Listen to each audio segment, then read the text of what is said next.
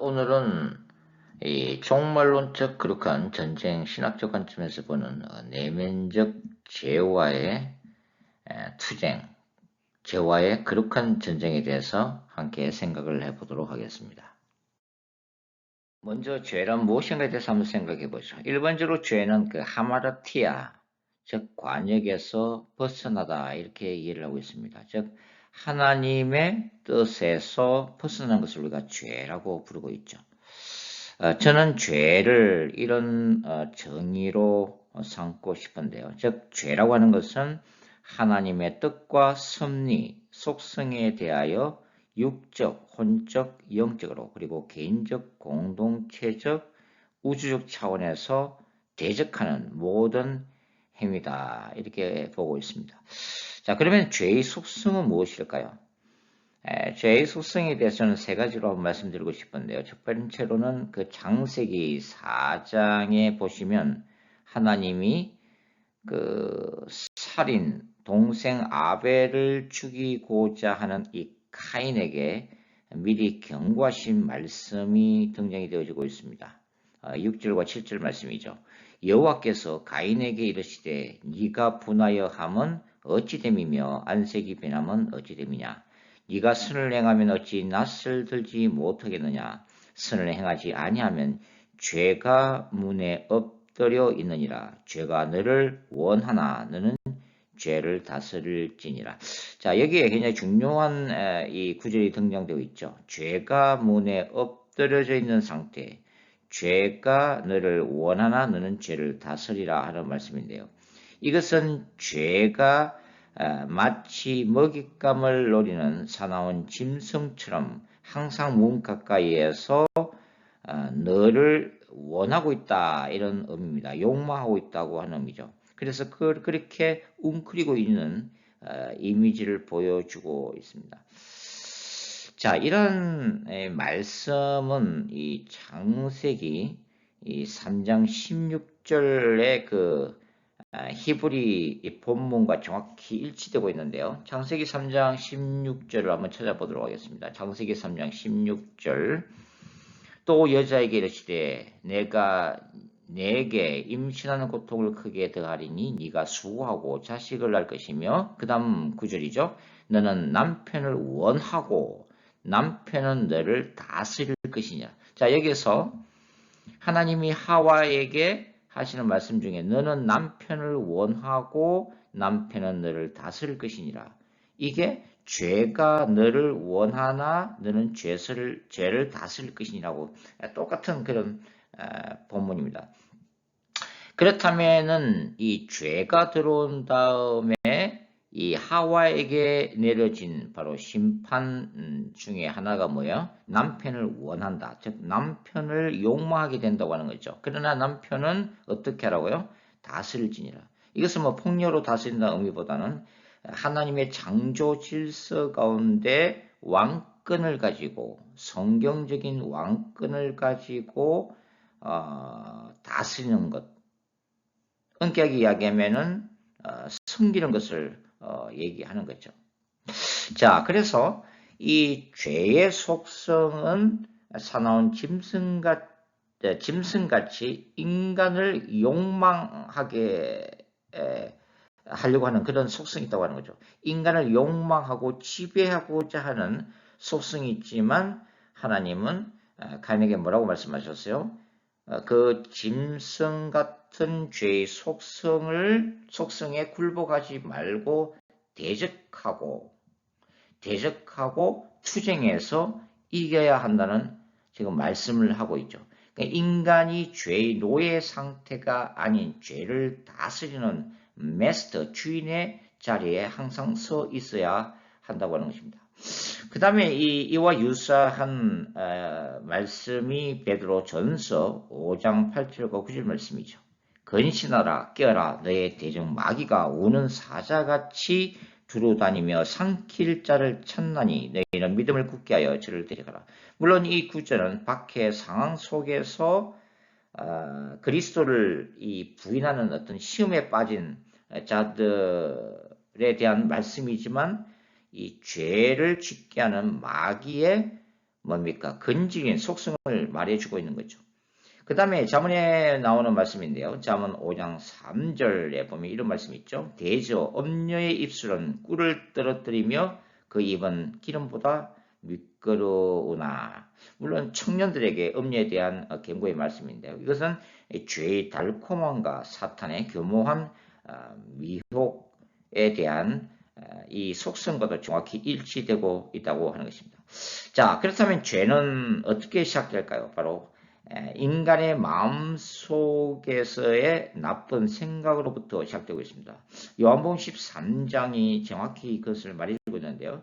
요한복음 13장은 가룟 유다가 예수님을 파는 과정을 크게 두 단계로 나누고 있습니다. 첫 번째는 이 사탄이 가룟 유다에게 뭘 집어넣었어요? 예수를 팔려고 하는 생각을 집어넣었죠. 나쁜 생각이 가룟 유다에 들어왔을 때 가룟 유다가 그것을 거부하거나 저항하고자 하는 자유 의지가 전혀 없자 그 다음에 어떻게 했어요? 사탄은 그 가룟 유다의 속에 들어간지라 이렇게 기록하고 있습니다. 그러니까 이 가룟 유다의 나쁜 생각을 발판으로 해서 사탄이 가룟 유다의 전 인격을 장악하고 있는 모습을 보여주고 있다고 하는 거죠. 자, 인간은 영육혼에 통합된 인격체입니다. 뭐 육체적으로 생각하면 대표적인 죄가 바로 음행이죠. 그리고 이 혼적 영역에서는 쓴뿌리와 악한 감정들이 다스리고 있습니다. 그러니까 분노, 미움, 질투와 시기, 절망감, 열등의식, 뭐 두려움이 있고 나태함과 깨어름, 정욕, 탐욕과 욕망이 있죠. 물론 이 욕망은 바로 돈, 권력, 섹스로 요약할 수도 있겠습니다. 그 다음에 인간의 마음속에는 이기심과 이 교만 그리고 자아 숭배가 있죠.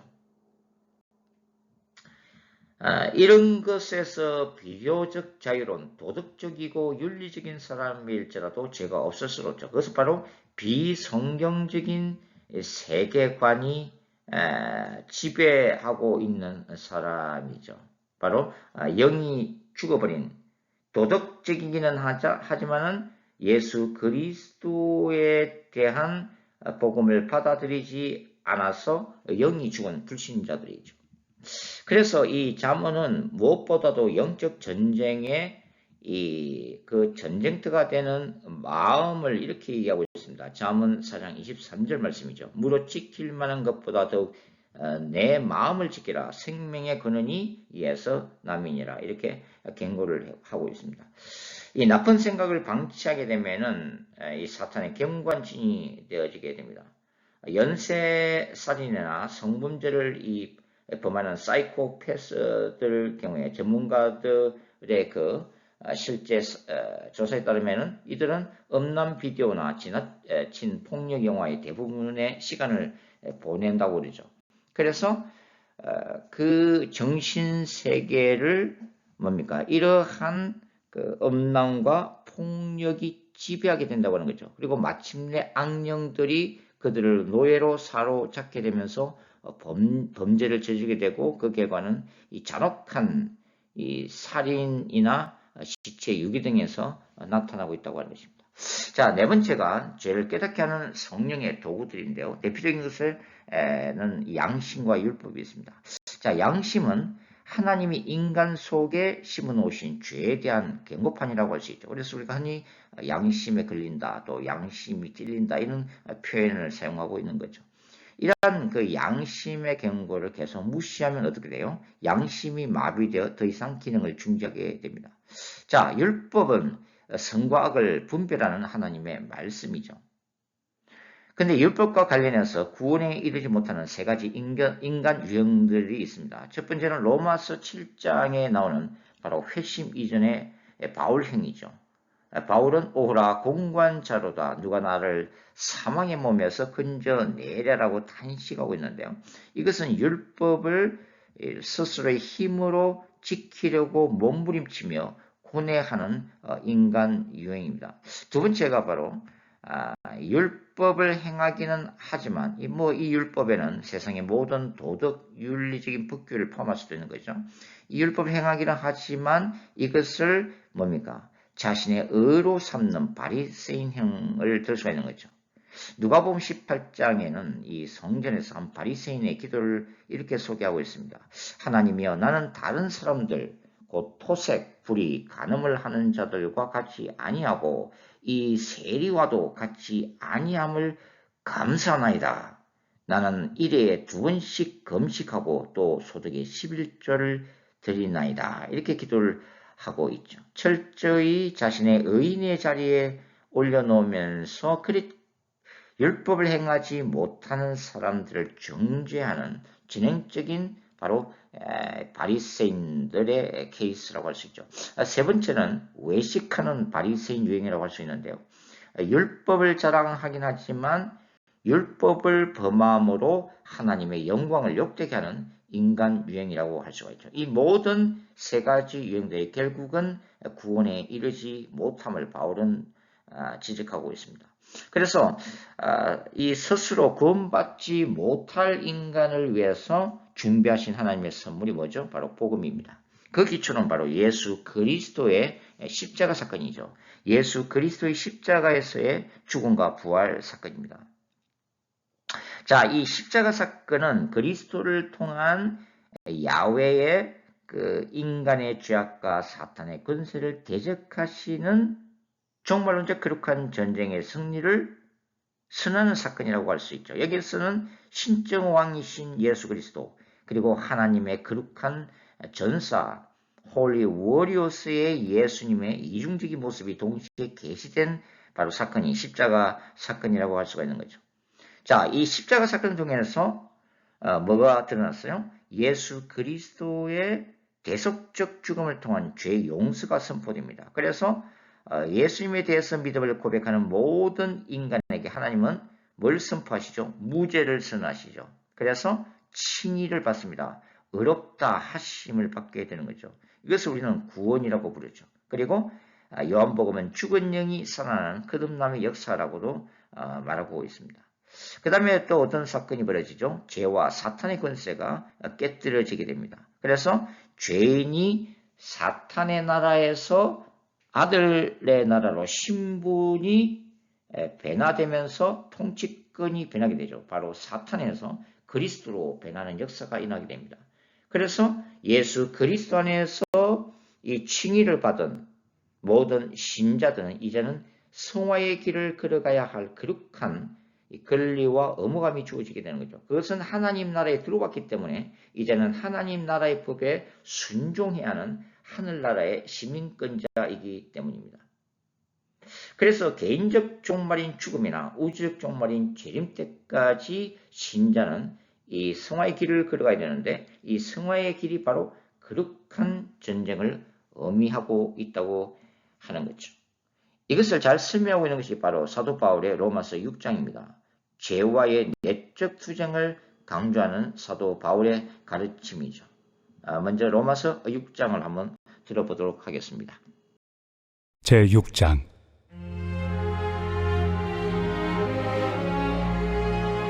그런즉 우리가 무슨 말을 하리요? 은혜를 더하게 하려고 죄에 거하겠느냐? 그럴 수 없느니라. 죄에 대하여 죽은 우리가 어찌 그 가운데 더 살리요? 무릇 그리스도 예수와 합하여 세례를 받은 우리는 그의 죽으심과 합하여 세례를 받은 줄을 알지 못하느냐? 그러므로 우리가 그의 죽으심과 합하여 세례를 받음으로 그와 함께 장사되었나니 이는 아버지의 영광으로 말미암아 그리스도를 죽은 자 가운데서 살리심과 같이 우리로 또한 새 생명 가운데서 행하게 하려 함이라. 만일 우리가 그의 죽으심과 같은 모양으로 연합한 자가 되었으면 또한 그의 부활과 같은 모양으로 연합한 자도 되리라. 우리가 알거니와 우리의 옛사람이 예수와 함께 십자가에 못 박힌 것은 죄의 몸이 죽어 다시는 우리가 죄에게 종노릇하지 아니하려 함이니 이는 죽은 자가 죄에서 벗어나 의롭다 하심을 얻었습니다. 만일 우리가 그리스도와 함께 죽었으면 또한 그와 함께 살 줄을 믿노니 이는 그리스도께서 죽은 자 가운데서 살아나셨음에 다시 죽지 아니하시고 사망이 다시 그를 주장하지 못할 줄을 알미로라. 그가 죽으심은 죄에 대하여 단번에 죽으시며 그가 살아계심은 하나님께 대하여 살아계심이니 이와 같이 너희도 너희 자신을 죄에 대하여는 죽은 자요 그리스도 예수 안에서 하나님께 대하여는 살아있는 자로 여길지어다. 그러므로 너희는 죄가 너희 죽을 몸을 지배하지 못하게 하여 몸의 사욕에 순종하지 말고 또한 너희 지체를 불의의 무기로 죄에게 내주지 말고 오직 너희 자신을 죽은 자 가운데서 다시 살아난 자같이 하나님께 드리며 너희 지체를 의의 무기로 하나님께 드리라. 죄가 너희를 주장하지 못하리니 이는 너희가 법 아래 있지 아니하고 은혜 아래 있습니다. 그런즉 어찌하리요? 우리가 법 아래 있지 아니하고 은혜 아래 있으니 죄를 지으리요? 그럴 수 없느니라. 너희 자신을 종으로 내주어 누구에게 순종하든지 그 순종함을 받는 자의 종이 되는 줄을 너희가 알지 못하느냐? 혹은 죄의 종으로 사망에 이르고 혹은 순종의 종으로 의에 이르느니라. 하나님께 감사하리로다. 너희가 본래 죄의 종이더니 너희에게 전하여 준 바 교훈의 본을 마음으로 순종하여 죄로부터 해방되어 의에게 종이 되었느니라. 너희 육신이 연약함으로 내가 사람의 예대로 말하노니 전에 너희가 너희 지체를 부정과 불법에 내주어 불법에 이른 것 같이 이제는 너희 지체를 의에게 종으로 내주어 거룩함에 이르라. 너희가 죄의 종이 되었을 때는 의에 대하여 자유로웠느니라. 너희가 그때 무슨 열매를 얻었느냐? 이제는 너희가 그 일을 부끄러워하나니 이는 그 마지막이 사망입니다. 그러나 이제는 너희가 죄로부터 해방되고 하나님께 종이 되어 거룩함에 이르는 열매를 맺었으니 그 마지막은 영생이라. 죄의 삭은 사망이요 하나님의 은사는 그리스도 예수 우리 주 안에 있는 영생이니라.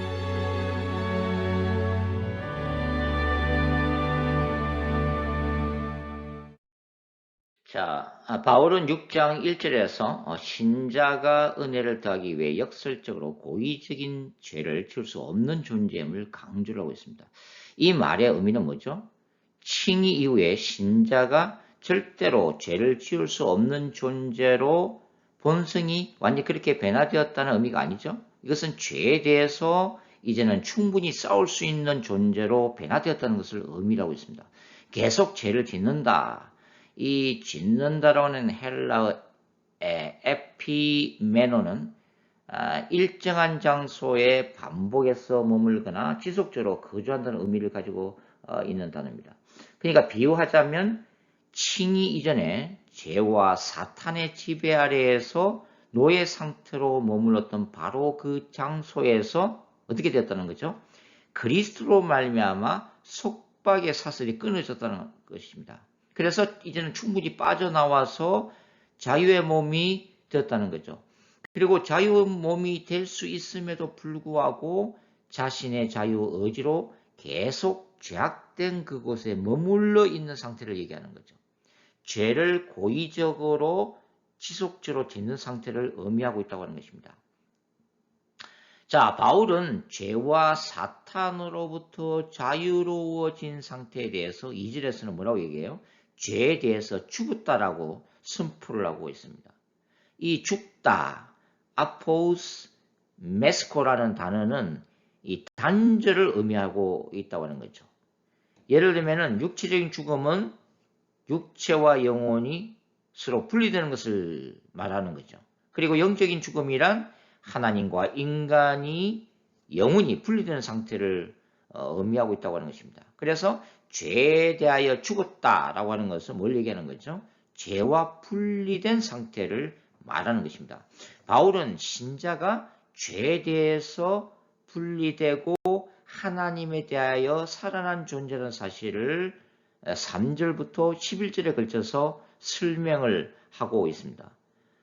가장 근본적인 이유는 뭐예요? 예수 그리스도의 십자가의 죽음과 부활 사건에 신자가 연합되어 있기 때문이라고 하는 것입니다.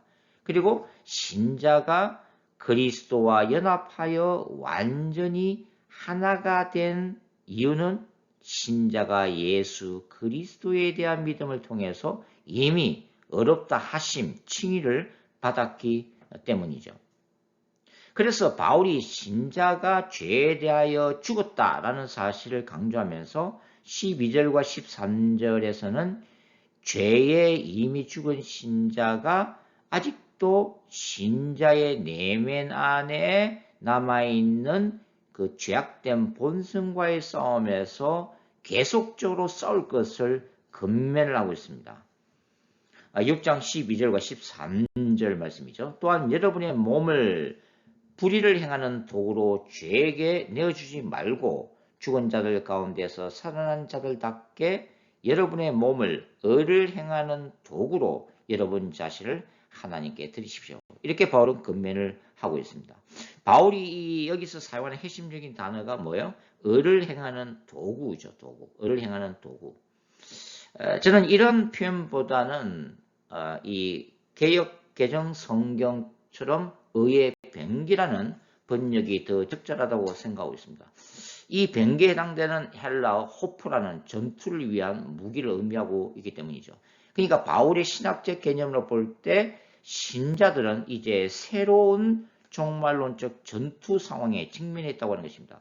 다시 말하자면 예수께서 신자들을 죄와 사탄에 노예된 상태로부터 그분의 십자가에서 수행하신 종말론적 거룩한 전쟁의 승리를 통해서 구원을 해내셨다 하는 거죠. 그리고 그게 전제되어 있는 거죠. 그리고 십자가에서 이 승리가 이미 선언됐다고 하는 것입니다. 그리고 이제 신자는 예수 그리스도의 재림이라고 하는 이 종말론적 거룩한 전쟁에서 최후의 승리를 기다리고 있는 상황이죠. 그러나 거룩한 전쟁을 통해서 하나님 나라의 능력이 비록 신자 안에 내주하긴 하지만 내면 안에 임했지만 아직 완성된 것은 아니죠. Already but not yet이죠.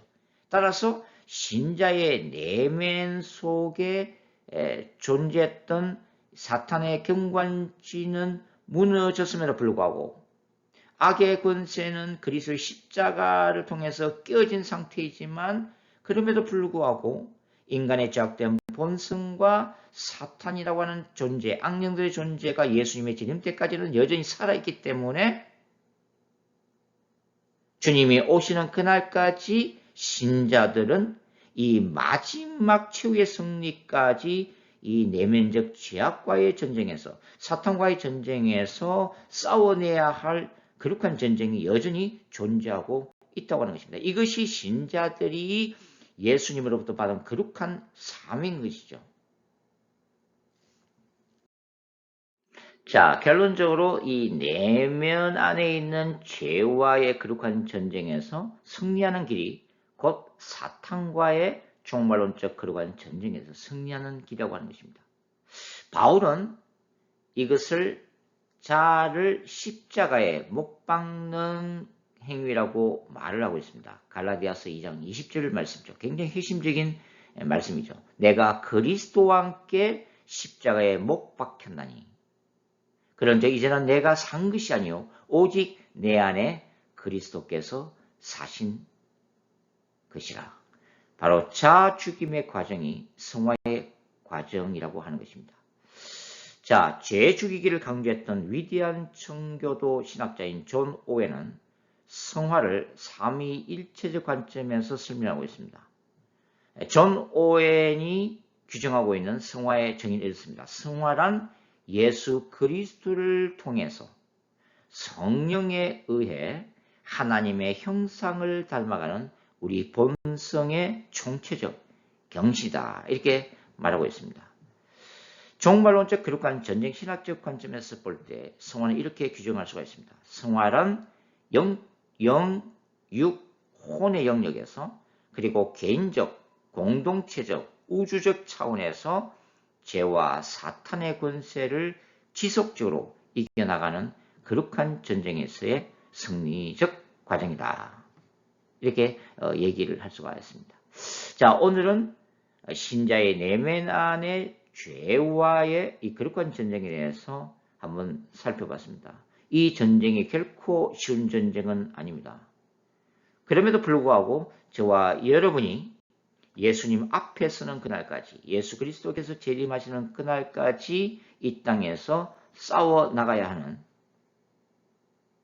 개인적 차원에서 가장 중요한 거룩한 전쟁, 영적 전쟁이면은 분명하다는 것을 말씀드릴 수가 있겠습니다.